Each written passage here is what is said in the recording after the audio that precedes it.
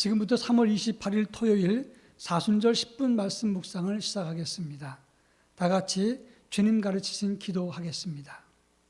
하늘에 계신 우리 아버지, 아버지의 이름을 거룩하게 하시며 아버지의 나라가 오게 하시며 아버지의 뜻이 하늘에서와 같이 땅에서도 이루어지게 하소서. 오늘 우리에게 일용할 양식을 주시고 우리가 우리에게 잘못한 사람을 용서하여 준 것 같이 우리 죄를 용서하여 주시고 우리를 시험에 빠지지 않게 하시고 악에서 구하소서. 나라와 권능과 영광이 영원히 아버지의 것입니다. 아멘. 찬송가 401장 주의 곁에 있을 때 함께 찬송하겠습니다.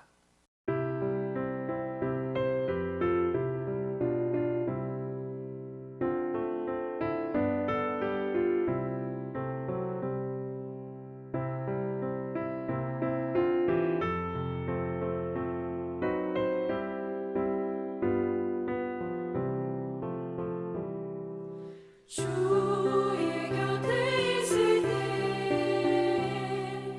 마음이 든든하오니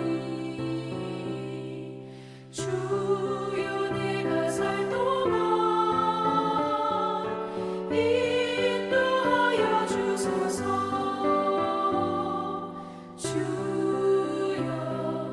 주여 나를 인도하소서. 마른 세상 살 동안 주여 인도하소서. 비난처인 예수여 세상 물결어갈 때 크신 은혜 베푸사 나를 숨겨주소서. 주여 나를 인도하소서. 마른 세상 살 동안 주여 인도하소서. 세상 풍파 지난 후 영화로운 나라와 눈물 없는 곳으로 들어가게 하소서. 주여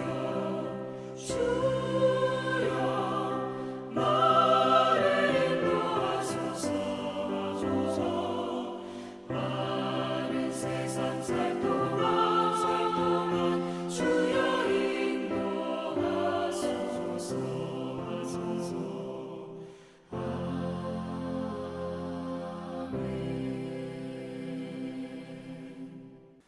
이 시간 우리에게 주시는 하나님의 말씀은 디모데후서 4장 9절로 17절 말씀입니다.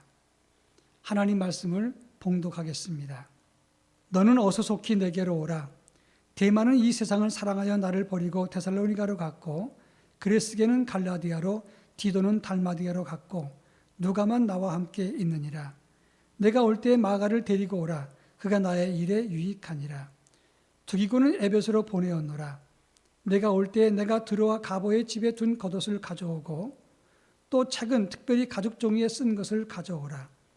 구리 세공업자 알렉산더가 내게 해를 많이 입혔음에 주께서 그 행한 대로 그에게 갚으시리니 너도 그를 주의하라. 그가 우리 말을 심히 대적하였느니라.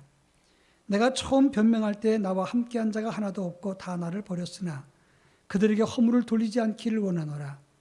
주께서 내 곁에 서서 나에게 힘을 주심은 나로 말미암아 선포된 말씀이 온전히 전파되어 모든 이방인이 듣게 하려 하심이니 내가 사자의 입에서 건짐을 받았느니라. 아멘. 그 사람이 어떤 사람인가는 그 사람의 마지막 순간을 보라는 말이 있습니다. 오래전에 제가 신학생 때 방학 때가 되면 금식하러 갔던 기도원이 있었습니다. 그 기도원 원장님은 연세대학교 교수를 하셨던 분인데 중간에 은혜를 받고 목사가 되어서 기도원을 운영했습니다. 그 당시 기도원은 많은 사람이 기도하러 올라갔었는데 그 기도원을 영성훈련원으로 만들어서 사역했던 분이었습니다. 그런데 그분이 간암에 걸려서 죽게 되었을 때 하나님을 원망하고 하나님을 부인했다고 합니다.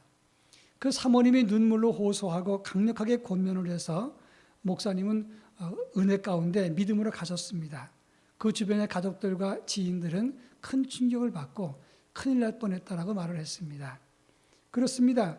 평생 믿고 마지막 순간에 구원받지 못했다면 이것보다 큰 일은 없을 것입니다. 그런 의미에서 우리의 끝부분 마무리가 믿음으로 잘 정리되어야 된다는 하는 것입니다.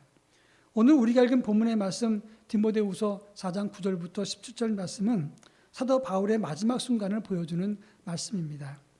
자기를 따르던 제자들과 사역자들은 다 떠났고 바울의 몸은 병들었으며 추운 겨울 감옥에서 나야 되는데 그 추운 겨울 긴 겨울을 견딜 수가 없어서 바울은 드로아 가보의 집에 맡겨둔 겉옷을 가지고 오라고 했습니다.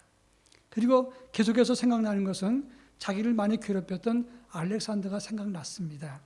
지금 바울은 최악의 상태를 맞이하고 있는 것입니다.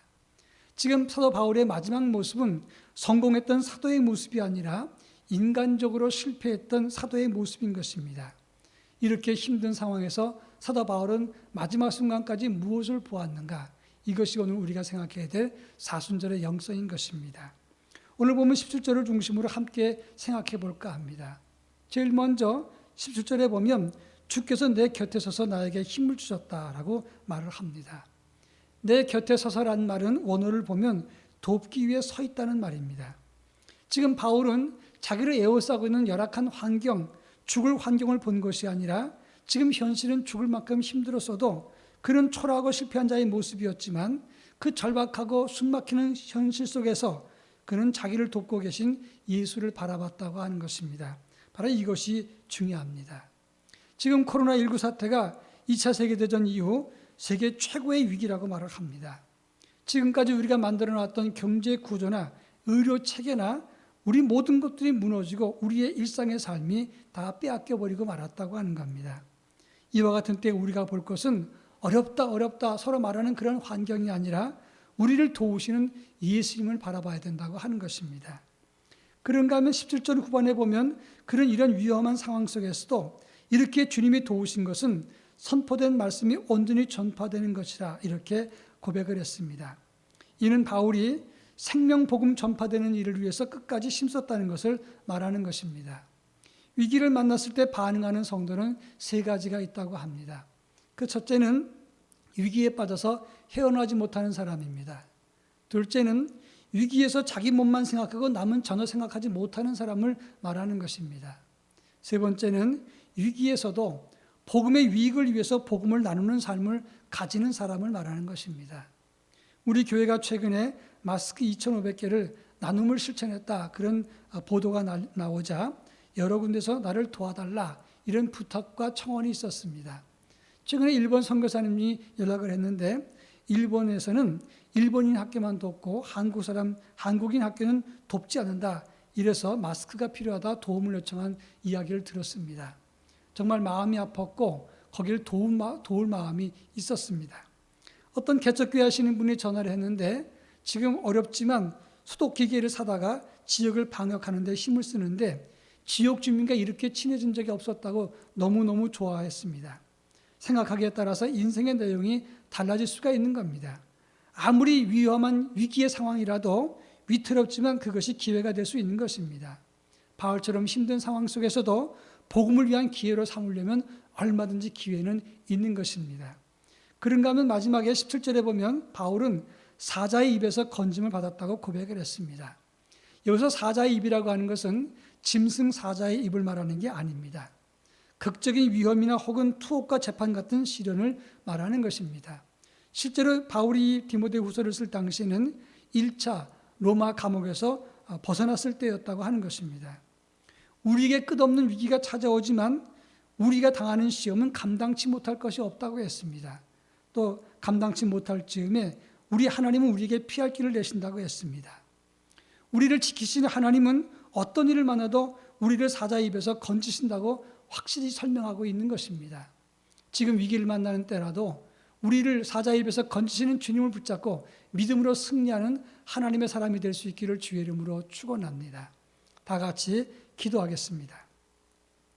사랑 많으신 하나님 아버지, 위기의 때에 모든 질서가 붕괴되고 경제 그리고 방역 그리고 가지고 있는 모든 삶의 체계가 무너지고 일상을 빼앗기고 있습니다. 이와 같이 어려운 때에 우리를 지키시고 붙잡아 주시는 그리고 우리를 도우시는 예수를 바라볼 수 있도록 저희 모두에게 은혜를 허락해 주옵소서.